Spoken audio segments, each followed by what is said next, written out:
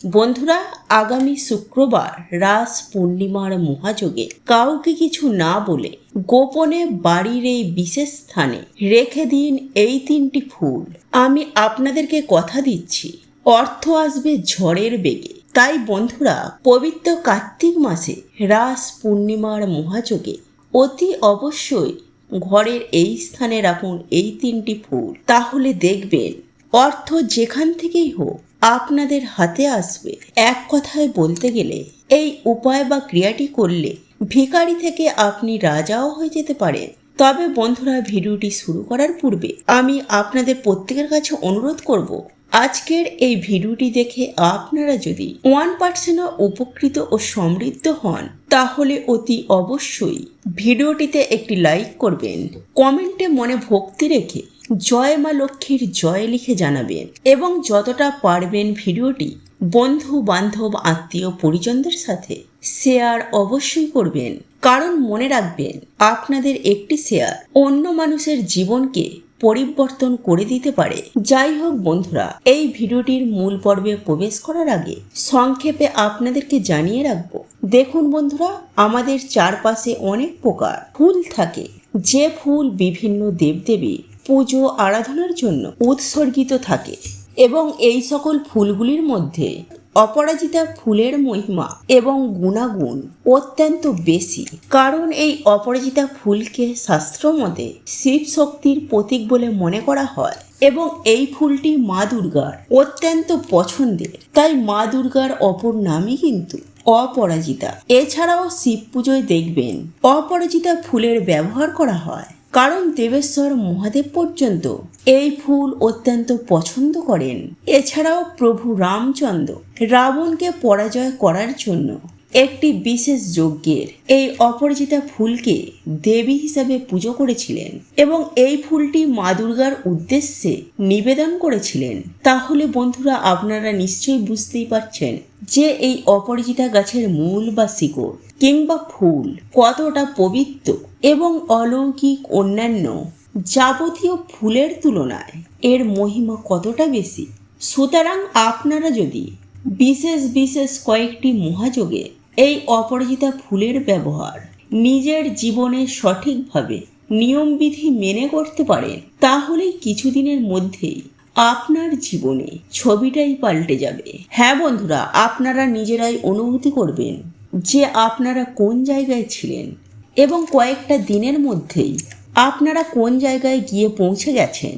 বন্ধুরা, আপনাদের এতটাই আর্থিক উন্নতি হবে যা প্রত্যেকের চোখে পড়ার মতো। এক কথায় বলতে গেলে আপনাদের পৃথিবীটাই বদলে যাবে। দেখুন বন্ধুরা, আপনারা প্রত্যেকেই জানি যে এই অপরাজিতা ফুল কিন্তু কোনো সাধারণ ফুল নয়।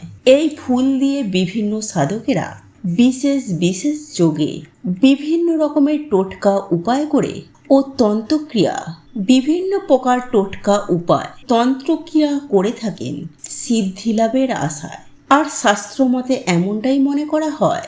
বন্ধুরা, আপনারা নিজেরাও লক্ষ্য করে দেখবেন যে কিছু সংখ্যক পরিবারের মানুষেরা দিন প্রতিদিন অত্যন্ত রোগে ভোগেন, ডাক্তার দেখাচ্ছেন তবুও রোগ আর ঠিক হচ্ছে না, বা ডাক্তারেরা রোগের আসলটি কারণ খুঁজে পাচ্ছেন না। সেক্ষেত্রে অনেক সময় এমনটা হয় যে তাদের উপর কোনো তন্ত্রক্রিয়া হয়েছে, কেউ রাগবশত বা কোনো গোপন শত্রুতার কারণে সেই ব্যক্তিকে বান মেরেছে, বা তার ওপরে কোনো রূপতন্ত্র ক্রিয়া করেছেন, বা কোনো বিশেষ রোগে ভুগছেন, কিন্তু কোনোভাবেই কোনো উপকার পাচ্ছেন না।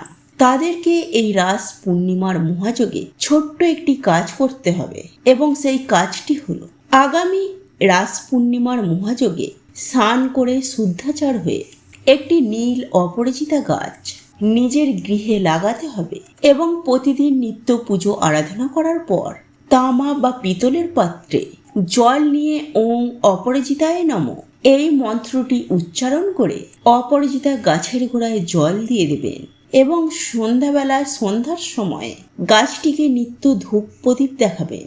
এবং যখন আপনাদের ওই অপরাজিতা গাছ লাগানোতে ফুল ফুটবে, সেই অপরাজিতা ফুল দিয়ে দেবেশ্বর মহাদেব এবং মা দুর্গার পুজো আরাধনা করবেন।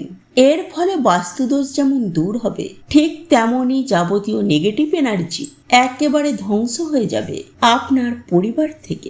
এছাড়াও রোগ ব্যাধি জ্বালা যন্ত্রণা থেকেও অনেকাংশেই রেহাই পাবেন। এরপর দ্বিতীয় উপায়টি হলো, আপনারা এই কার্তিক মাসের সংক্রান্তির দিন বা পূর্ণিমার দিন আপনারা আপনাদের কাছাকাছি বা আপনার বাড়িতে যদি এই অপরাজিতা গাছ থেকে থাকে তাহলে তা আর বলার কিছুই নেই, সেটা অত্যন্ত ভালো। আর যদি না থেকে থাকে তাহলে আপনারা যেখান থেকেই হোক না কেন এক টুকরো অপরাজিতা গাছের মূল বা শেকড় সংগ্রহ করে সেটিকে বাড়িতে নিয়ে এসে ভালো করে গঙ্গা জল দিয়ে ধুয়ে তাতে একটু শ্বেত চন্দন মাখিয়ে একটি নীল সুতো দিয়ে গলায় হোক বা হাতে হোক বা কোমরে এটিকে ধারণ করুন। তবে বন্ধুরা, মহিলারা বাম হাতে ধারণ করবেন এবং পুরুষেরা ডান হাতে ধারণ করবেন। তবে অতি অবশ্যই মাথায় রাখতে হবে যে এই গাছের মূল তোলার সময় এক নিঃশ্বাসে 3 বার ওম অপরাজিতায় নমঃ এই মন্ত্রটি জপ করতে হবে। এরপরে আপনাদের ওপরেও যদি কেউ গোপনভাবে ব্ল্যাক ম্যাজিক বা কালা জাদু করে থাকে তাহলে কিন্তু এগুলি সুনিশ্চিতভাবে খণ্ডন হয়ে যাবে। এমনকি এই খারাপ কাজের যে প্রভাব সেটিও একেবারে ধ্বংস হয়ে যাবে। এছাড়াও এই অপরাজিতা গাছ প্রত্যেকটি গৃহে প্রত্যেকটি ঘরে থাকা উচিত। এতে বাস্তু রক্ষা হয় এবং সেই গৃহে কোনরূপ বিষধর পোকামাকড় প্রবেশ করতে পারে না। দেখুন বন্ধুরা, এখানে আমি আরো একটি কথা অবশ্যই বলবো যে অনেকেই অপরাজিতা গাছের মূল বা শেকড় সংগ্রহ করতে গিয়ে গোটা গাছটারই ক্ষতি করে দেন বা সম্পূর্ণ গাছটিকে তুলে নিয়ে চলে আসেন। বন্ধুরা, এমনটি কিন্তু কখনোই করবে না। এর ফলে আপনারা পাপের ভাগীদারি হবেন। দেখবেন অপরিচিতা গাছের পাশে ছোট ছোট শিকড় বেরিয়ে থাকে বা হালকা মাটিটি খুঁড়ে দেখবেন যে শিকড়গুলি দেখতে পাওয়া যায়। সেখান থেকে আপনারা ছোট্ট এক টুকরো শিকড় নিয়ে আসবেন, সমগ্র অপরাজিতা গাছটিকে নয়। আর এই বিশেষ বিষয়টি কিন্তু অবশ্যই নিজের মাথায় রাখবেন। বন্ধুরা, যারা একটু হলেও গাছের সঠিক ব্যবহার করতে জানেন তারা নিশ্চয়ই এটাও জানেন যে বিভিন্ন গাছের শিকড় বিভিন্ন কাজের জন্য ব্যবহার করা হয়ে থাকে আয় উন্নতি বৃদ্ধি করা হেতু। তাই বন্ধুরা, এই অপরাজিতা গাছের মূল আপনারা যদি সঠিক নিয়ম বিধি মেনে ব্যবহার করতে পারেন তাহলে কিন্তু আপনারা চমৎকারী ফল পাবেন। দেখুন বন্ধুরা, এই অপরাজিতার অপর নাম যেটিকে গ্রাম বাংলার মানুষেরা এই নামে বেশ পরিচিত সেটি হলো শঙ্খ পুষ্প। কারণ এই ফুলটি অনেকটাই দেখবেন শঙ্খের মতো দেখতে হয়, তাই এই ফুলটিকে শঙ্খপুষ্প বলেও গ্রাম বাংলার মানুষেরা চিনে থাকে। দেখুন বন্ধুরা, এই ফুলের অত্যন্ত কয়েকটি গুণাগুণ রয়েছে। এই ফুলটি দিয়ে আপনারা বিশেষ কয়েকটি টোটকা বা উপায় করতে পারেন বিনা খরচায়, সামান্য একটুখানি পরিশ্রমের মাধ্যমে। দেখুন বন্ধুরা, আমি আপনাদেরকে কয়েকটি উপায় জানিয়ে রাখছি। এই উপায় বা ক্রিয়াগুলি অবশ্যই করে দেখুন। অত্যন্ত অভূতপূর্ণ অভাবনীয় রেজাল্ট পেতে কিন্তু আপনারা বাধ্য। দেখুন বন্ধুরা, যাদের দাম্পত্য কলহ রয়েছে, স্বামী স্ত্রীর মধ্যে মনোমালিন্য একেবারেই নেই, পরিবারে প্রায়শই কিছু না কিছু বিষয়কে কেন্দ্র করে অশান্তি ধরুন অত্যন্ত লেগেই রয়েছে, যদি মনের মতো জীবনসঙ্গী না পান তাহলে অবশ্যই আপনারা এই উপায়টি রাস পূর্ণিমার মহাযোগে করলে অত্যন্ত ভালো একটা রেজাল্ট পাবেন। সুতরাং আপনারা যদি এই পবিত্র রাস পূর্ণিমার দিনে এই নীল অপরাজিতা ফুল ভগবান গণেশজির সম্মুখভাগে অথবা ওনার মাথায় যদি এই ফুল নিবেদন করতে পারেন তাহলে আপনার সমস্ত সমস্যাগুলি সুনিশ্চিতভাবেই মিটে যাবে। যাই হোক বন্ধুরা, এরপর ভগবান গণেশজির পুজো আরাধনা হয়ে যাওয়ার পর ওই ফুল ভগবান গণেশজির কাছ থেকে অথবা মা দুর্গার কাছ থেকে সংগ্রহ করে একটি ছোট্ট তামা বা পেতলের পাত্রের মধ্যে এই ফুলটি ভরে আপনারা যেখানে টাকা পয়সা রাখেন বা আপনারা যেখানে টাকা পয়সা বা গয়নাগাটি রাখেন কিংবা ব্যবসার জায়গাতে বা কোনো একটি পবিত্র স্থানে এই ফুলটি গোপনে রেখে দিন। এর ফলে দেখবেন আপনারা আপনাদের মনের মতো জীবন সঙ্গী খুঁজে পেয়েছেন। এছাড়াও বিভিন্ন রকম সমস্ত সমস্যার হাত থেকেও আপনারা রেহাই পেয়েছেন। এছাড়াও বিশেষ করে টাকা পয়সা সংক্রান্ত সমস্যা থেকেও চিরতরে মুক্তি পেয়ে যাবে খুব সহজেই।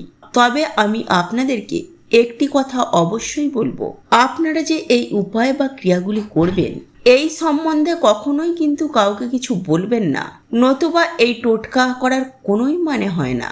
এই টোটকাগুলি কিন্তু বিফলে চলে যাবে।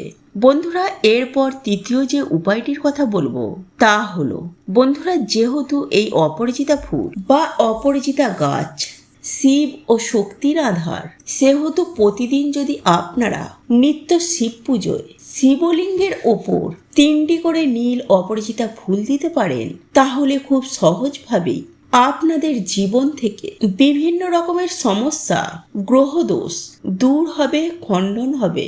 বন্ধুরা, আপনি নিশ্চয়ই জানেন দেবেশ্বর মহাদেবকে নীলকণ্ঠ বলা হয়, তাই শিবলিঙ্গের ওপরে যদি আপনি এই নীল অপরিচিতা ফুল, তাহলে আপনার জীবনে থাকা প্রত্যেকটি সমস্যা সমাধান হতে দেখবেন বেশি সময় লাগবে না। তাই এই উপায় বা ক্রিয়াটি আপনারা করে দেখতে পারেন, এত সুন্দর একটা রেজাল্ট পাবেন যা আপনাদের কল্পনার বাইরে। বন্ধুরা, এরপর চতুর্থ উপায়টি আপনাদেরকে জানিয়ে দেব, আর তা হলো পারিবারিক মঙ্গলের জন্য, নিজেদের মঙ্গলের জন্য অপরিচিতা ফুল মা লক্ষ্মী এবং বিষ্ণুদেবের খুবই প্রিয়। তাই আপনি প্রতি শুক্রবার এই অপরিচিতা ফুল দিয়ে মা লক্ষ্মী বা শ্রীহরির কিংবা বিষ্ণুদেবের পুজো আরাধনা করতে পারেন। হ্যাঁ বন্ধুরা, তাহলে মা লক্ষ্মী এবং ভগবান বিষ্ণুদেব এই অপরিচিতা ফুল দিয়ে পুজো দেন, তাহলে অবশ্যই আপনার জীবনে যাবতীয় সমস্যা কেটে যেতে বেশি সময় লাগবে না। হ্যাঁ বন্ধুরা, আর্থিক অভাব অনটন খুব সহজেই কেটে যাবে। তাই আমি আপনাদের কাছে বিনম্র অনুরোধ করছি, যদি পারেন আগামী শুক্রবার পবিত্র কার্তিক পূর্ণিমা বা রাস পূর্ণিমার দিন এই ফুল দিয়ে রাধাকৃষ্ণের পুজো আরাধনা করুন। রাধাকৃষ্ণের পুজো আরাধনা করতে কখনোই ভুলবেন না, এবং পরের দিন সকাল সকাল স্নান করে ওই রাধা গোবিন্দের চরণ থেকে ফুলটি তুলে রাখতে হবে আপনার আলমারির লকারে, কিংবা আপনারা যেখানে গয়নাগাটি ইম্পর্টেন্ট ফাইলপত্র রাখেন সেখানেও রাখতে পারেন, বা আপনার কারবারেও রাখতে পারেন। দেখবেন অর্থ আসবে চুম্বকের মতো, সুনিশ্চিতভাবে আপনাদের অর্থভাগ্যে উন্নতি ঘটবে। বন্ধুরা, এছাড়াও যদি আপনাদের ওপরে কেউ কালা জাদু করে থাকে, তাহলে সেখান থেকে রক্ষা পেতেও আপনারা যে কোনো শনিবার দিন সন্ধ্যার সময় স্নান করে শুদ্ধাচার হয়ে, বা সংক্রান্তির মহাযোগে সেই দিন সন্ধ্যার সময় স্নান করে ছোট্ট একটি অপরিচিতা গাছের শিকড় আপনারা বাড়িতে এনে আপনারা আপনাদের গৃহের ঠাকুরঘরের আসনের নিচে গোপনে রেখে দিন।